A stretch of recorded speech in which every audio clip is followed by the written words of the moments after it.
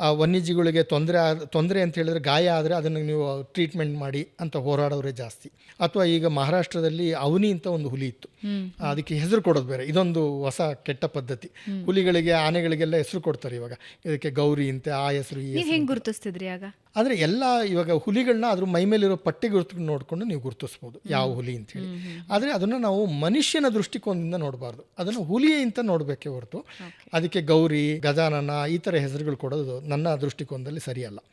ಅವಾಗ ಏನಾಗ್ತದೆ ಅಂದರೆ, ಮಹಾರಾಷ್ಟ್ರದಲ್ಲಿ ಒಂದು ಅವನಿ ಅಂತ ಹುಲಿ ಜನರನ್ನ ಹಿಡೀಲಿಕ್ಕೆ ಪ್ರಾರಂಭ ಮಾಡಿತ್ತು. 6 ಜನನ ಕೊಂದುಬಿಡ್ತು. 6 ಜನನ ಕೊಂದ್ರೂ ಆ ಹುಲಿಯನ್ನು ಹಿಡೀರಿ ಅಥವಾ ಆ ಹುಲಿಯನ್ನು ತೆಗೀರಿ ಅಂತ ಯಾರೂ ಅದನ್ನು ಪ್ರತಿಪಾದಿಸಲಿಲ್ಲ. ನನ್ನ ದೃಷ್ಟಿಕೋನದಲ್ಲಿ ವೈಜ್ಞಾನಿಕವಾಗಿ ನೋಡಿದ್ರೆ ನೀವು ಆ ಹುಲಿಯನ್ನು ತೆಗಿಬೇಕಿತ್ತು ಅಲ್ಲಿಂದ. ತೆಗಿಲಿಲ್ದಿದ್ರೆ ಏನಾಗುತ್ತೆ ಅಂದರೆ ಹೆಚ್ಚು ಜನನ ಸಾಯಿಸ್ತದೆ. ಜನನ ಸಾಯಿಸಿದಾಗ ಅಲ್ಲಿ ಸ್ಥಳೀಯ ಜನರ ವಿರೋಧ ಆಗ್ತದೆ ಹುಲಿ ಸಂರಕ್ಷಣೆಗೆ. ಅವರು ಆ ಒಂದು ಹುಲಿಗೆ ಅಷ್ಟೇ ವಿರೋಧ ಮಾಡೋದಿಲ್ಲ, ವನ್ಯಜೀವಿ ಸಂರಕ್ಷಣೆಗೆ ವಿರೋಧ ಮಾಡಲಿಕ್ಕೆ ಪ್ರಾರಂಭ ಆಗ್ತಾರೆ.